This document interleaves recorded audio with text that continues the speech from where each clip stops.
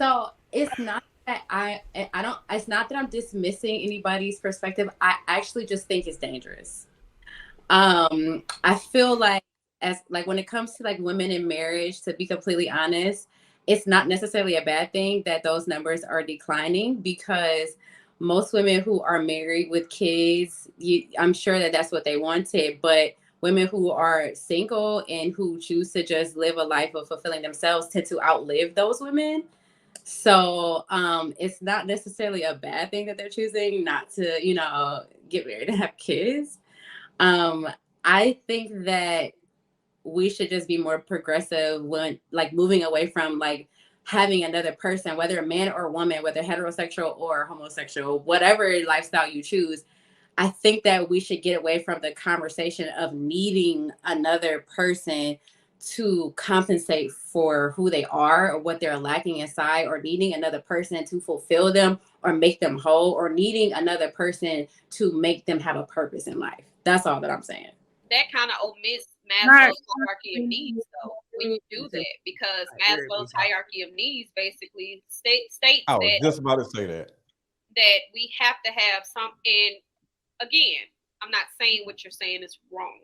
I'm just giving a counter to it, right? So, I completely understand. Like, it's far more easier to function when you're by yourself.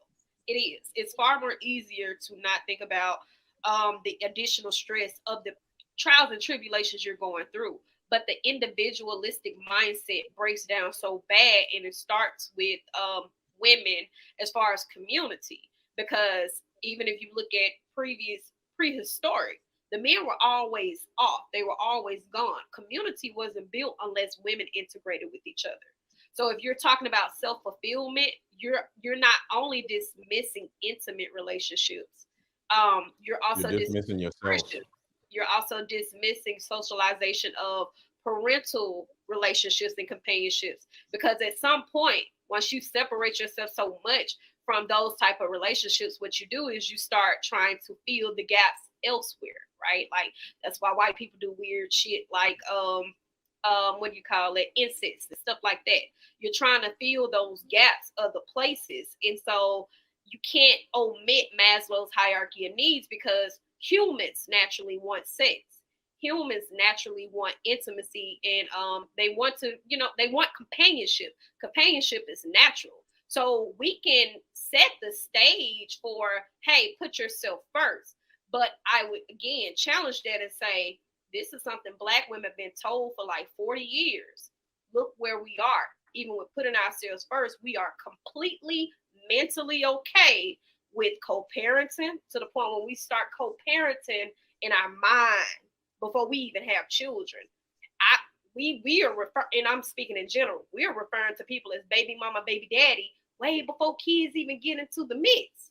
Like, that's how psychologically fucked up we are. So when you're saying, oh, put yourself first, right, and only focus on this, what we're not doing is the preparatory shit, right? Like, and this is what I took from earlier what Casey was saying, prep for the long haul. Because what we're not doing, we're not taking Planned Parenthood like white women do. White women actually plan out their children. Like, after they go to school and everything, they plan out when they're going to have children. That's something that's foreign to Black women. You tell a Black You woman to just have let a loose is pregnancy nothing. plan, and she looked like, why would I do that? The only thing we think about planning pregnancy is birth control or a condom or no sex at all. It's not actually saying, in the event of an untimely pregnancy, this is how I'm going to go about it. Or even when we talk about like our maternity rate as far as Black women dying, nobody actually goes and discuss having a birthing plan. What does that look like when you go into the hospital? Who is your secondary contact that they haven't called, or have you updated those things? Or who does the child go to if something happens to you by dying on the table from you simply giving childbirth? So we have all of these things in place, and we're studying preaching individualism. But once you've been alone for certain periods of time, right, you will go crazy in your mind, which is why isolation in the prison is the worst punishment. People are not supposed to be separate like that. Okay, well, what I just got a question. What makes you think that she's not gonna have companionship if she don't have a husband? Number one, not you, Paris. I'm just saying overall. Let me finish because I know you about to talk, and I just want to say my sentence because that's it.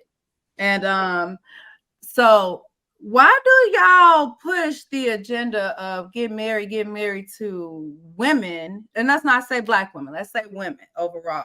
But y'all don't push it to men. Y'all have little girls playing with dolls and saying, mommy, mommy, but you're not teaching little boys to pick up the doll and say, play husband. Y'all teaching him to go and play with guns, get ready for war. So we have to, and wait a minute, but y'all don't want women to lead. You don't want it to be a matriarch. So if you want me to be in control of marriage and control of sex, then you're going to make it a matriarch. And I get to pick my husband. I get to say, I get to get on one knee and say, Mr. Lego, who's single? Whoever's single, you got to marry me. Now, Ali, you shoot your shot at me? No. You wish. A little bit. No, but let me finish my point. If we want to live in a patriarchic society, which we do, we live in America, and the white man is in control of everything, then the black man is going to have to understand he can no longer make excuses. He has to take accountability. He has to take on a wife so that we can expand our empires. The reason why we have these ghettos, and we have more ghettos than any other community, is because we lack ownership. We do not share our resources. So when you get married, you're marrying into a family of people that can help you get to where you need to get. So instead of saying to a woman, get married, get ready for, we need to be teaching our boys that so they can get on the one knee, because this is a patriarch. Unless we're gonna switch it around, and then I can get on one knee and I can pick, because I got some ideas. Let me know how we're gonna play it. I'll marry you, Ali. So let me jump in here really fast.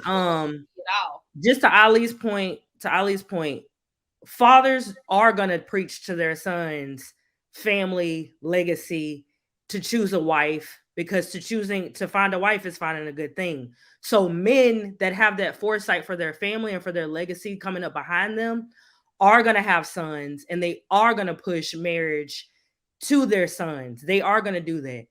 So to Andrea, I really want to leave you. I'm listening to you, and I promise you, like, yes, we don't know you. I don't know you personally, but I'm gonna leave you with this, okay? And I really want you to leave this panel. Outside of this panel, outside of anything, I want to say, like, just a real life comment. I'm older than you. I've lived a little bit longer than you. I don't know what your life experiences are. I don't know what you do for a living. This is coming from a woman who enjoys her alone time, who loves life. I'm an extrovert. I'm very ambitious. I'm very self-driven. I'm very spiritually led. I'm God-fearing. I'm very self-motivated. I don't need anybody to push me to get up and do anything. With that being said, Andrea, haven't you made a comment about women with children and why is that important? Down that foresight that I was talking about before, looking down the road, okay? Where you are now in life, it's all fun and dandy to look towards the girls' trips and going out and linking up and cocktail hours and parties and traveling from city to city for different events with girlfriends and family members. In 30 years, Andrea, that experience won't hit the same. Number one, the people that you did it with, the people that you did it, I'm not being facetious towards you. I really want you to think. I'm not trying to be funny. I'm not trying to talk down to you. This is sister to sister, woman to woman conversation, somebody that's older than you, right?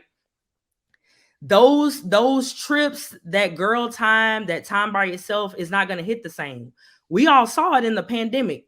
Everyone who enjoyed their alone time when they had no choice but to have alone time by themselves, it was a wake-up call, because it's like, wait, well, I don't want to be this alone. I don't want to be this locked in the house. I still want to get out and mingle and mix and mingle with people. But you know where those people were?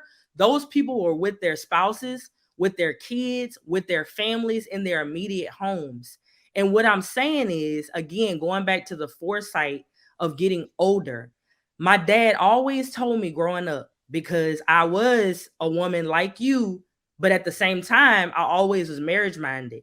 My father always talked to me about there's windows to focus on things, enjoy that time. And when that window closes, it's time to move on to the next, because there's different periods and different segments in life and seasons in life that we are supposed to have certain experiences, and then we're supposed to take from that and move on to the next. A lot of our Black women are stuck in this one season of life, of self individualism, of going get the bag. I enjoy this life that, quote unquote, I've built for myself, without thinking about the long-term effects of that mindset, and also the community that y'all talk about. Everybody talks about they want to have this community, but that community starts with self. That community starts with, what is your tribute to your contribution to society? There is no purpose. There is no self-purpose. Purpose always comes from being in service to something else bigger than you, a cause bigger than you, something outside of yourself. That is, oh, I'm looking for my purpose. I'm finding my purpose. That's how you go after purpose, outside of yourself, not within yourself. There is no fulfilling of purpose with just you. It's always connected to community or something else. So you're making these faces, and I'm genuinely talking to you and other people that are listening, because life changes. You feel differently about certain things as age comes and as life experiences comes. And I just wish that our women would start looking towards the future instead of what is right now, because happiness is fleeting. Happiness is not permanent. You're not going to be permanently happy, even by yourself.